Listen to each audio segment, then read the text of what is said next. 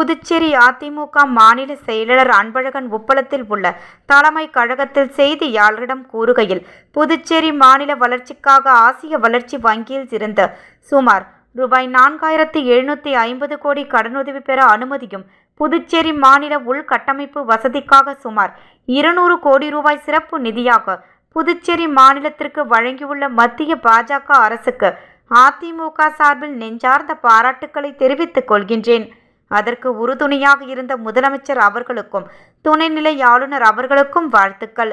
அரசு பள்ளியில் படிக்கக்கூடிய ஏழை எளிய மாணவர்களின் நலனுக்காக நீட் தேர்வு மூலம் தேர்வு செய்யப்படும் படிப்புகளை தவிர்த்து 6ஆம் வகுப்பிலிருந்து 12ஆம் வகுப்பு வரை அரசு பள்ளியில் படிக்கும் மாணவர்கள் தகுதி உடையவர்கள் என புதுச்சேரி அரசு கடந்த 3 தினங்களுக்கு முன்பு அரசாணை வெளியிட்டது.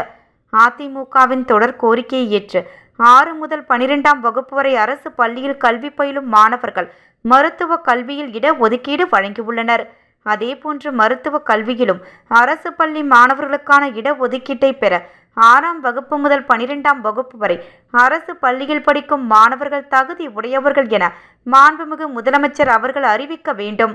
புதுச்சேரி மாநிலத்தில் சுகாதாரத்துறையில் இயக்குனர் நியமித்ததில் அரசுக்கும் ஆளுநர் மாளிகைக்கும் நிர்வாகத்தில் மிகப்பெரிய இடைவெளி ஏற்பட்டுள்ளதாக தெரிகிறது. மருத்துவம் தொடர்பாக நியமிக்கப்படுகின்ற எந்த ஒரு உயர் பதவிக்காக இருந்தாலும் ஆர்டிகல் 309 படி மத்திய சுகாதாரத்துறை சேவை விதி 1996 படி நியமிக்க வேண்டும் என மத்திய சுகாதாரத்துறை கடந்த 7ஆம் தேதி ஏப்ரல் 2014 ஒரு அறிவிப்பை வெளியிட்டுள்ளது. அதன்படி புதிய இயக்குநர்கள் நியமிக்கப்பட்டிருப்பதாக தெரிகிறது. ஆனால் ஒரு தரப்பினர் இதை எதிர்த்து நீதிமன்றத்தில் வழக்கு தொடர்ந்து உள்ளனர். இதுபோன்ற செயலால் சுகாதாரத்துறை இயக்குனர் தனது பணியை செய்வதில் சிரமம் ஏற்படும். அட்டவணை இனத்தை சேர்ந்த ஒரு நபர் சுகாதாரத்துறையில் இயக்குனர் பதவிக்கு கொண்டு வரப்பட்டுள்ள இந்த சூழ்நிலையில் இதை நீதிமன்றம் விசாரணைக்கு கொண்டு செல்வது சரியானதாக இருக்காது. சுகாதாரத்துறை இயக்குனர் நியமனம், அதில் உள்ள பணி நியமன விதிகளை வெள்ளை அறிக்கையாக வெளியிட்டு தெளிவுபடுத்த வேண்டும். வரும் சட்டமன்ற தேர்தலில் அதிமுக போட்டியிடும் தொகுதிகளின் எண்ணிக்கை மற்றும் கூட்டணி தொடர்பாக இப்பொழுது பேசுவது அவசியமில்லை. அந்த தேர்தல் நேரத்தில் அந்தந்த கட்சியினுடைய தலைவர்கள் முடிவெடுப்பார்கள். சில சட்டமன்ற தொகுதிகளில் கூட்டணி தர்மத்தை மீறி பல்வேறு சம்பவங்கள் நடைபெறுவது தவறான ஒன்றாகும். பாஜகவின் அமைச்சராக இருக்கக்கூடிய ஜான்குமார் அவர்கள் அவருடைய தொகுதி காமராஜர் நகர் தொகுதி. ஆனால் அவர் அதிமுக பலமுறை வெற்றி பெற்ற தொகுதியான முதலியார்பேட்டையில் தான் நிற்பதாக கூறி பல்வேறு நலத்திட்ட உதவிகளை வழங்கி வருகிறார். அதேபோல் ராஜ்பவன் தொகுதியில் என்ஆர் காங்கிரஸை சேர்ந்த லட்சுமி நாராயணன் அமைச்சராக உள்ளார். ஆனால் அங்கு பாஜகவின் சார்பாகத்தான் நிற்கப் போவதாக பாஜக தலைவர் திரு ராமலிங்கம் அவர்கள் கூறி பல்வேறு நலத்திட்ட உதவிகளை செய்து வருகிறார். தேர்தல் நெருங்கி வரும் இவ்வேளையில் இது கூட்டணியை பலகீனப்படுத்தும் செயலாகும்.